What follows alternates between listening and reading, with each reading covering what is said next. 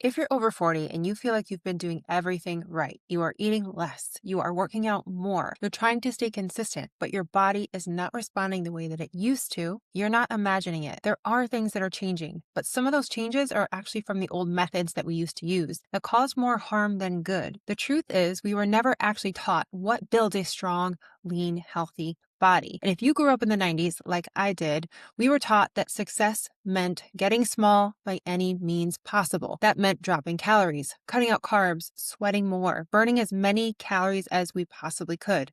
And if the scale went down, that meant we were doing something right. But what we didn't realize is that a lot of those old methods that we were using were actually working against us. They were breaking down muscle. They were slowing down metabolism and negatively impacting our hormones. Now we're here feeling stuck, doing more, eating less, and not seeing results. If that sounds like you and fat loss seems harder right now, it's because you were taught to use a strategy that never really worked well for your body. But the good news is when you shift your focus to the right things, the right habits, your body can and will respond. And I say all of this because I have lived it. I have been overweight, underweight, and everywhere in between. I have spent years dieting, doing more cardio, trying to burn my way to lean, and only ended up softer, more frustrated, and honestly confused. Everything changed when I finally stopped trying to shrink my body and work against my metabolism and focused on building up my body and focused on working with my metabolism. I'm going to show you and teach you how you can do the same. Today, I'm going to walk you through my fat loss over 40 blueprint step by step and treat this like a little mini masterclass. If you don't have it, I've linked it below. You can download it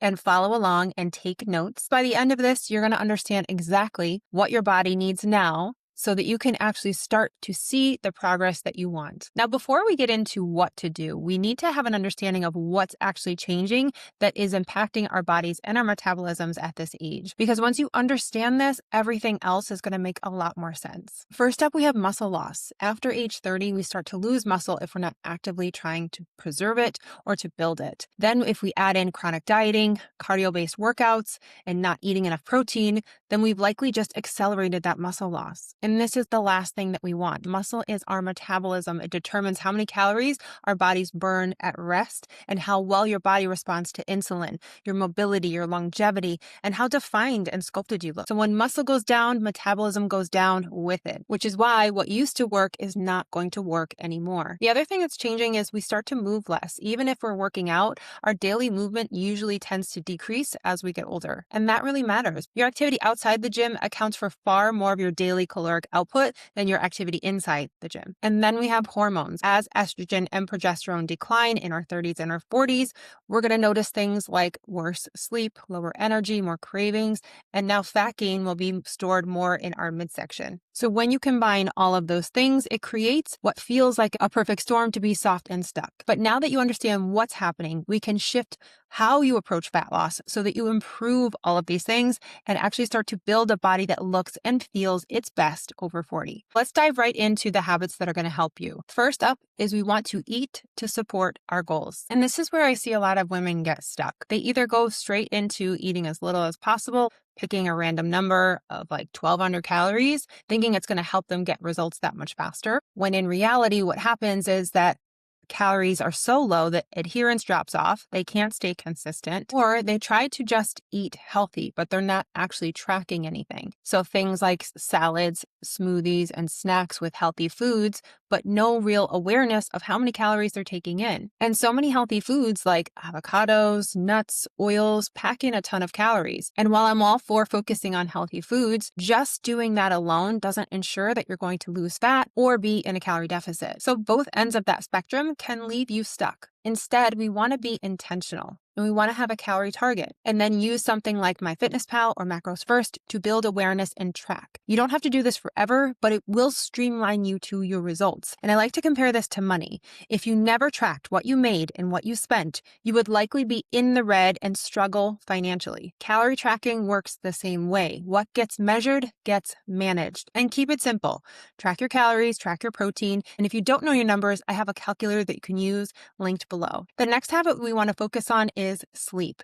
And this is one that a lot of women underestimate. When you're not sleeping well, your body increases cortisol, which is your stress hormone. And when cortisol is elevated, your body's likely to hold on to fat, especially around your belly. On top of that, your hunger hormones increase. You feel hungrier and less satisfied. Your energy drops, so your workouts aren't as strong. So we want to aim for 7 to 8 hours of sleep and start treating sleep like it's a non-negotiable part of your fat loss plan. Get to bed on time, have a routine, and I bet that one change alone creates massive changes for you. Next habit, also very important, is that we want to have enough protein. And this is something I used to not get enough of until I started tracking my food. And now that I'm getting enough, my body actually has the resources that it needs to build muscle. And I look like I actually spend time in the gym versus before when I was in the gym 6 days a week, but still looked soft. When our protein is too low, especially during a calorie deficit, that's when our body is more likely to use muscle for energy, resulting in muscle loss, which again is only going to slow our metabolism. Protein also helps you stay fuller longer.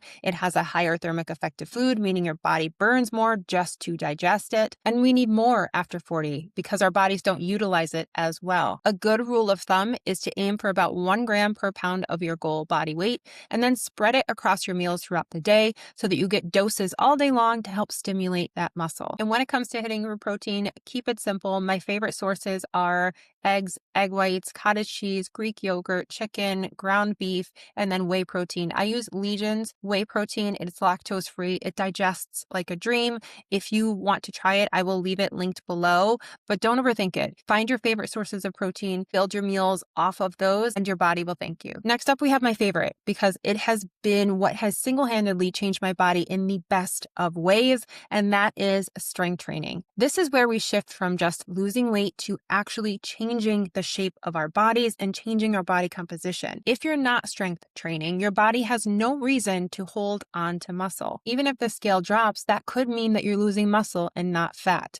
And trust me, you're not going to like how you look or feel with less muscle. Strength training tells your body that we need to keep this muscle. We need to build more muscle. And strength training, by the way, is different than exercising. It's not moving around, holding dumbbells, using things like classes or YouTube videos.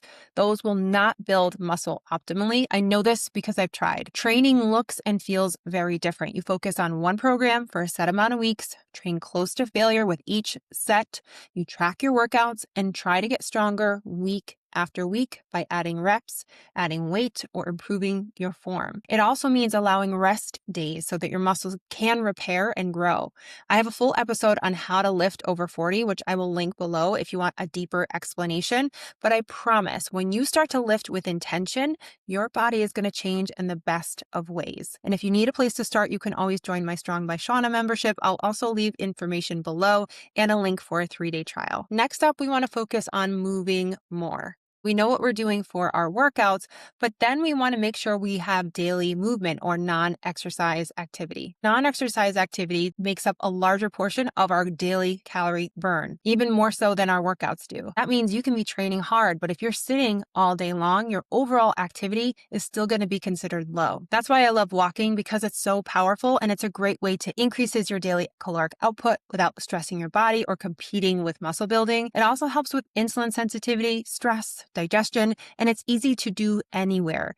Aim for about 30 to 60 minutes a day, and you can always break that up into 10-minute walk snacks if you need. The next habit we want to focus on is drinking more water. Now, I know you might be saying to yourself, okay, these habits sound boring, but trust me, the boring basics bring those exciting results, especially when you dial them in. When you're underhydrated, it impacts everything. Energy, digestion, hunger, performance. So try to aim for about half of your body weight in ounces of water. Get a cute little tumbler, add some electrolytes for some flavor and even more hydration, but make sure you are hydrating every single day. Now, the next thing we want to focus on and be aware of is reducing our alcohol intake. And this might not be a fun conversation to have, but it's an important one. And this isn't just about how many calories are in alcohol. Alcohol impacts our sleep, which then impacts our hormones, our recovery. It increases cortisol, making fat loss harder and muscle growth harder. It lowers inhibitions, which can lead to overeating. Reducing it or eliminating it can make a big difference. You know, about 4 years ago, I took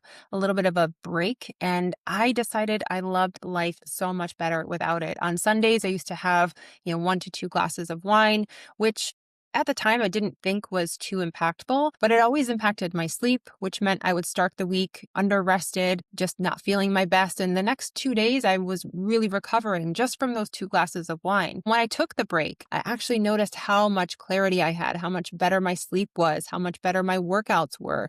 And I just started to really enjoy life without it. I'm not saying that that's what you need to do, but if you find that it's impacting your day to day, it might be worth taking a break or reducing it. And I bet you're going to feel and look a lot better. And finally, the last habit we want to focus on is practicing balance. And this is where a lot of women fall off, including me. I used to be that perfectionist because we think we need to be perfect. And when we can't be perfect, we quit. But fat loss or changing your body doesn't mean you have to be perfect. It means you have to be consistent. And you're going to have off days. That's completely normal. Just this week, my son was sick, so I made it to the gym once. But something that's become my default mode, especially now that I'm older and a little bit wiser and a business owner and trying to juggle a lot of things, is that I focus on what I can control, because life will always be lifing. There's always going to be something to navigate, but our ability to focus more on solutions versus problems can be our superpower. So focus on what you can do when you can't do it all. Hold yourself accountable,